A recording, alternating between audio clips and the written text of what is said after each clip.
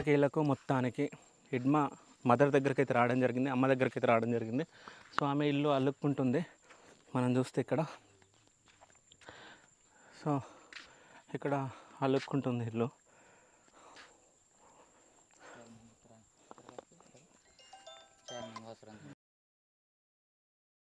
మొత్తానికి ఎట్టకేలకు ఎన్ని కిలోమీటర్లు నడిచి లోపలికి వచ్చి ఇంత అడవిలా, అసలు నిజం చెప్తున్నా ఆ నక్సలైట్లు కూడా ఎట్లా తిరుగుతారో నాకు అర్థం కావట్లేదు ఇంత అడవిలా. సో మనం నార్మల్ పర్సన్స్ ఇట్లా తిరగాలంటే చాలా కష్టం.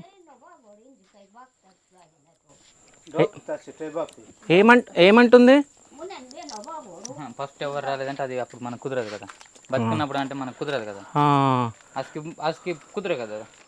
ఆహా ఏమంటుందో చెప్పన్నా, అంటే బ్రతుకున్నప్పుడు ఎవరు రాలే చనిపోయినాక వచ్చిర్రు అని చెప్పేసి అంటుంది అమ్మ.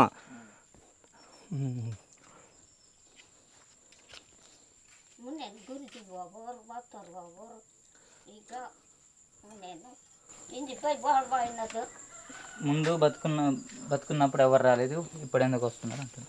సో అంటే బ్రతుకున్నప్పుడు ఎవరు రాలే, హిడ్మ చనిపోయిన తర్వాత, ఆయన చంపేసిన తర్వాత, ఎన్కౌంటర్ అయిపోయిన తర్వాత ఇప్పుడు వీళ్ళందరూ వచ్చి నాకు ఏం న్యాయం చేస్తారనే దాంట్లో ఆమె చెప్తా ఉంది.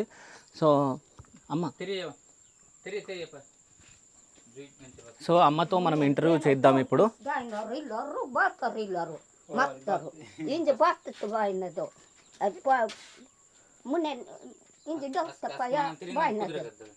ముందు ఎవరు మాట్లాడే అదొకటే ఎవరు ఫోన్ చేయలేదు, ఎక్కడ ఉన్నాడు తెలియదు, ఇప్పుడు అందరు చెప్తాను.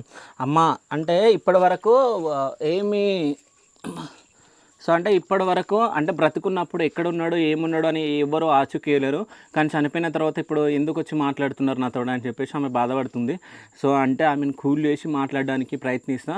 సో అంటే ఆమె పనిలో ఉంది కాబట్టి మనం ఇప్పుడే ఏం డిస్టర్బ్ చేయదు కాబట్టి, సో ఇప్పుడు ఆమెతో మాట్లాడదాం. ఒక 5 నిమిషాలు మాట్లాడిన తర్వాత ఆమెతో మాట్లాడడానికి ప్రయత్నిస్తాం.